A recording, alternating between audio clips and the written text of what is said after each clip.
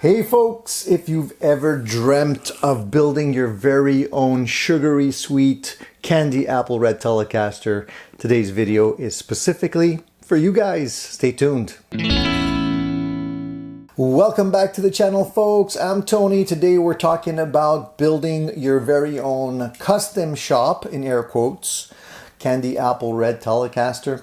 I have such a sweet tooth for candy apple red Telecasters. You would not believe this is one of my other guitars in candy apple red, but it's not the guitar that we're talking about here today because I've been itching for a beautiful candy apple red double bound Telecaster, roughly based on a 67 custom shop, which of course I can't afford. They're going for about $6,000 roughly today, more or less, maybe more now.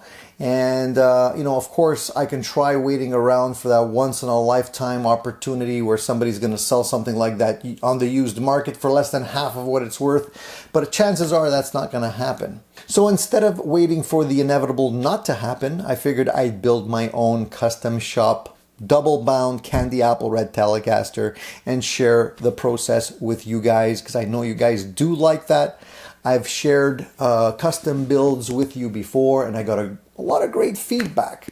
Some great comments. Some of you have mentioned how my tips have helped you, and others have actually shared some very valuable tips with me, which makes me a better builder. This build is not going to be a top shelf build by any means. I don't have an unlimited budget, so I'm trying to build a guitar that will be a player version, and it's going to be loosely based on a 67 custom shop, but it won't be identical by any means. I'm just, going for that look, but the parts and the components will be different. That being said, I highly recommend you get the best quality parts and components you can for your very own build.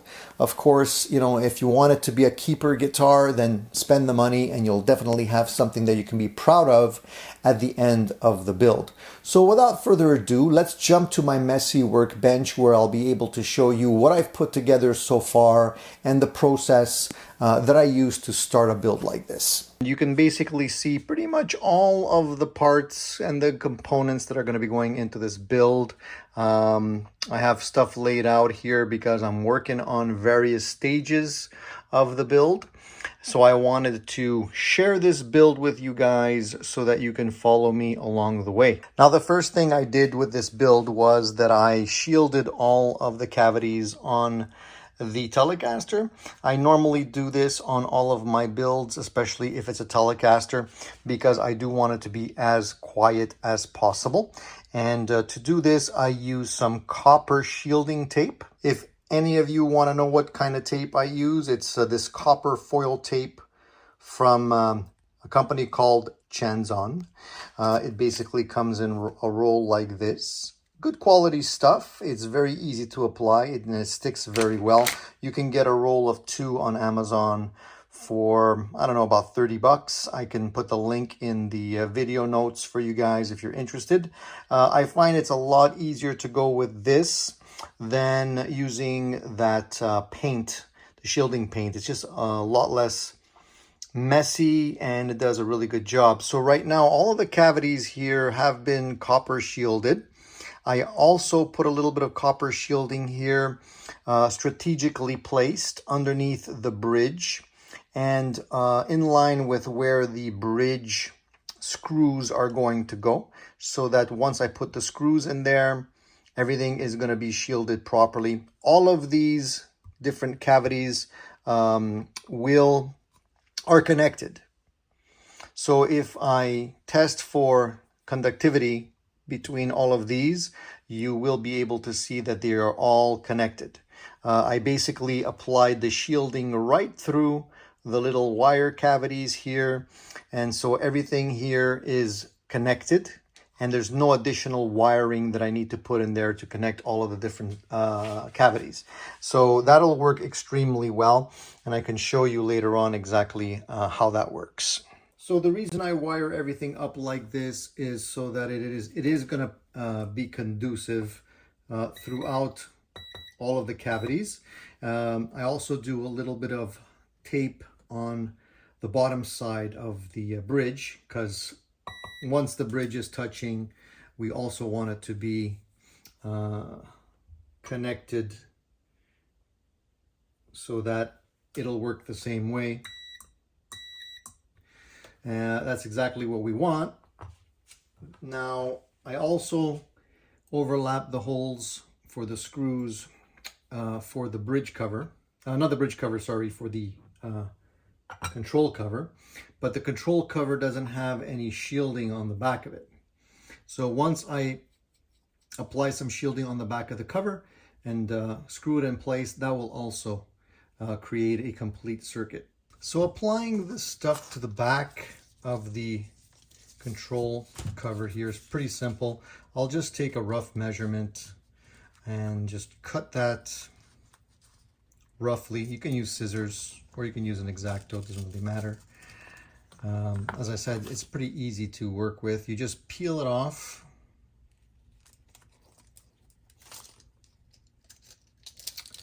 And then apply it.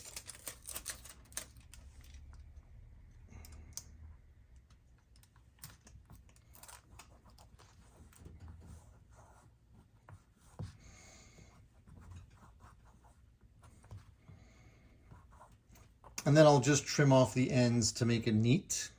But I want to try and leave the tape overlapping where the holes go, because that's really what's going to make the connection.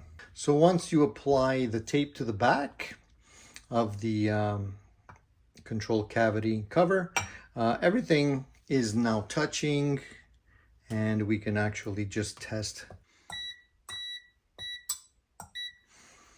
Pretty simple, guys, not very complicated, but I think it works really well. If you want to be even more sure that you get a good connection, you can also put a little bit of tape on the back of the bridge, and then the two pieces will be touching, especially when the screws are in. Now, one thing you want to really be careful about is the neck pocket when you're doing these builds, because oftentimes, depending on who's making the bodies, they might not be 100% compatible to the necks that you're going to be using in your build. So in this particular case, since the body's coming from Guitar Fetish, and the neck that I'm going to be using is coming from Guitar Anatomy, two different companies, they could have slightly different measurements. So what I like to do is I like to look at the inside edge where the paint has been applied here, and just make sure that it's very even and smooth within the neck pocket, because sometimes you have some overspray and it's not much, doesn't take much, but it'll sometimes cause the neck to be a little bit too tight. And when you put in the neck in the pocket, you can get this area here cracking. You don't necessarily want to get that and have to deal with repairing that if you don't need to. So I like to clean it out, and I usually will just use a small file or a piece of sandpaper with a wooden block just to clean it out. This one was particularly clean. There wasn't much that needed to be cleaned out. I just lightly went over the edges just a little bit to make sure that everything was the way it should be. Now for this build, I decided to go with an off-white pickguard. And I bought this off of Musical.ly.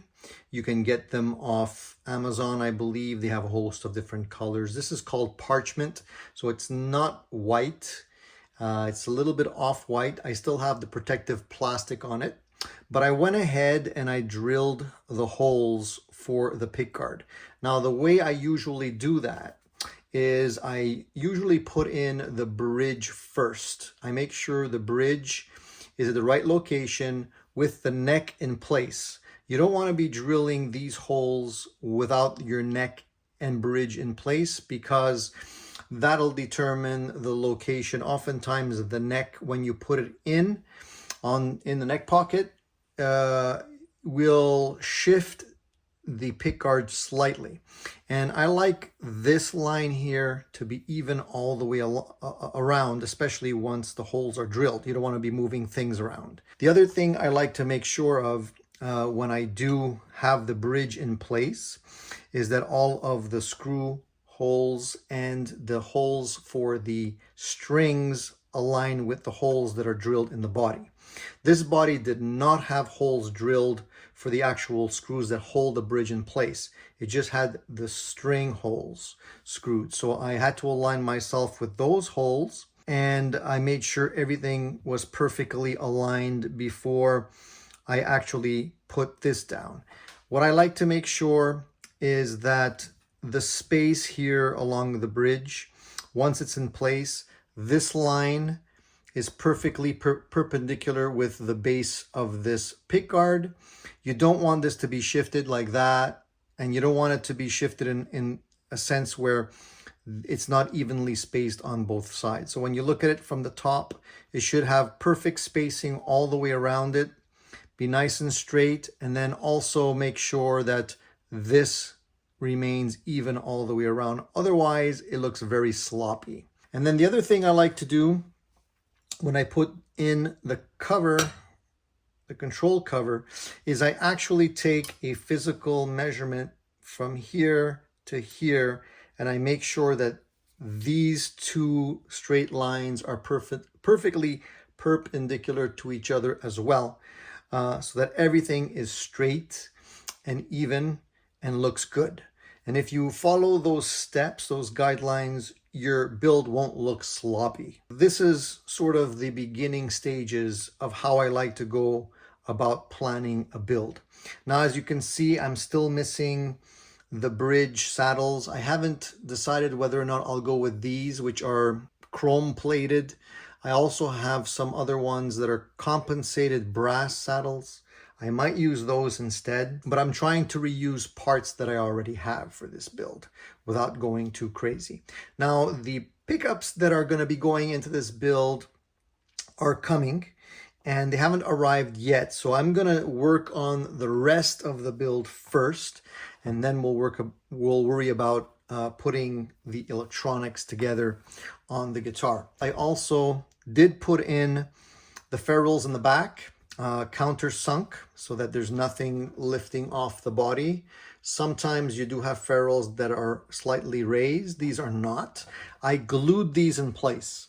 I like to glue them so that they don't move around, they don't fall out when you're changing the strings and whatnot. And I think overall, it just makes a better overall connection. Let's talk about the neck. I'm going to be using this really nice neck from a company called Guitar Anatomy. I'll put the link in my notes. This is a neck that I've used before in another build, and I really like. Beautiful roasted maple neck. I basically carved it out to give it the Telecaster shape.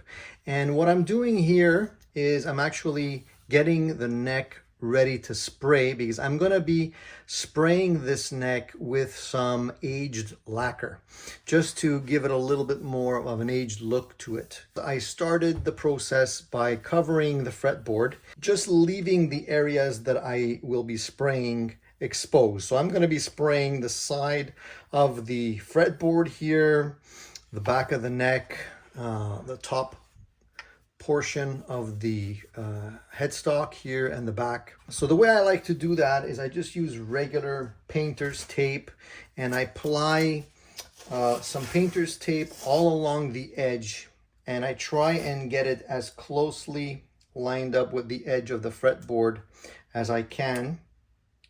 And then I just use a very simple tool, a pick, and I just go over and round over the frets, and I'm trying to make sure that the tape is as close to the edge as possible, so that when I round over it,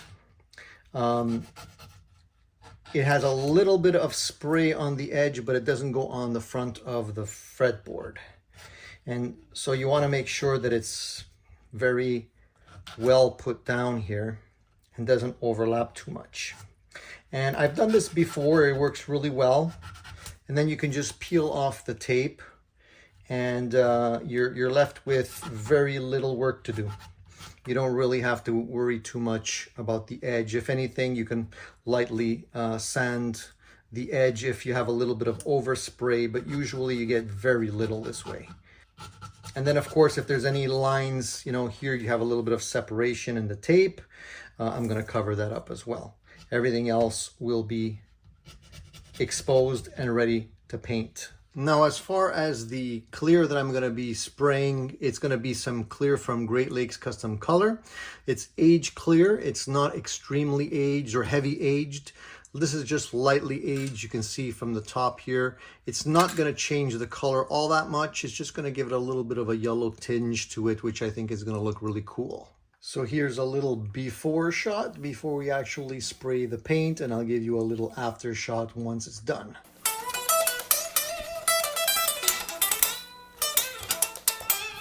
So guys, I hope you really enjoyed the first section of this series of this guitar build. I'm excited and I can't wait to have the guitar put together to actually hear what it sounds like. Building a guitar is a lot of fun, whether it's a Telecaster or Stratocaster or any other kind of guitar. But of course, the Telecasters and the Stratocasters are amongst the easier guitars to build because Leo designed them to be put together like a Lego set. And it's not that complicated once you understand the process. Now, selecting the parts and putting them together is just one part of the process. A big aspect of building a good quality guitar is the actual setup. And once the guitar is put together, which I'll show you in upcoming videos, we'll also do a complete setup on the guitar so that I show you how I go about doing that. And hopefully at the end of all that, I have a really great guitar that I can add to my Telecaster collection, which is growing very quickly. And I'm super happy about that. I have no problems with owning another Telecaster. Great guitars. If you don't already have one, go out and get one because you're missing out. Thank you for tuning in. Please don't forget to share, like, and subscribe. There's more coming up on Addicted to Gear.